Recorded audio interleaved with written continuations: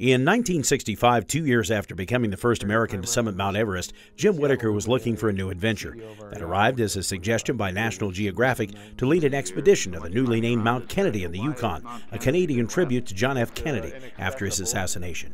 I got a call from them saying, "Would you be interested in inviting Senator Robert Kennedy?" And I said, "Well, has he climbed before?" They said, "No."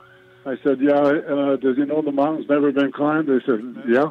I said, "Okay, well, sure, I'll invite him." So I gave him a call, and he said he'd love to come. Although he'd never climbed before, Senator Kennedy proved himself, even catching up with Whittaker, headed up the mountain. "Senator, could you slow it down a little bit? We don't want to wear ourselves out." He said, "Jim, could you speed it up a little bit?" So After that successful first ascent in 1965 and the following friendship between the two families, the Kennedy climb became just another part of climbing history, until Bob Whittaker, his brother Leif, and Chris Kennedy decided it was time to go back. For me, the memories were all these pictures in the hallway, at the family house, and Dad's stories.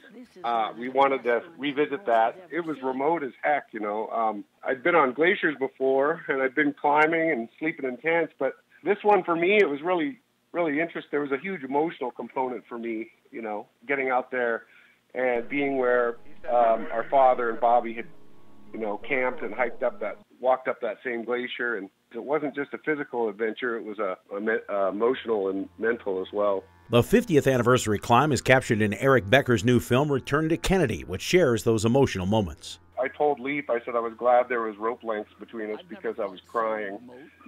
Tears of joy. For Jim, it was hard to watch the film at first, seeing his friend whose life was taken away far too soon, and the memories dimmed by time. it's funny when you see that. There are things that I see that I don't remember having seen before. When he saw wrong, he tried to right it. When he saw suffering, he tried to heal it. And when he saw war, he tried to stop it. That was Bobby Kennedy. He was a beautiful person. And for the family, Becker's film has helped preserve and renew those ties. I got to say, Dad, I'm so happy that Dad, at one point we were putting in some old footage, and Dad said, I think I got a box of film in the garage by the weight bench. And he called me back, and he had all this old footage, this old family footage of Bobby getting off the airplane in Seattle and going to REI, and the family floating rivers.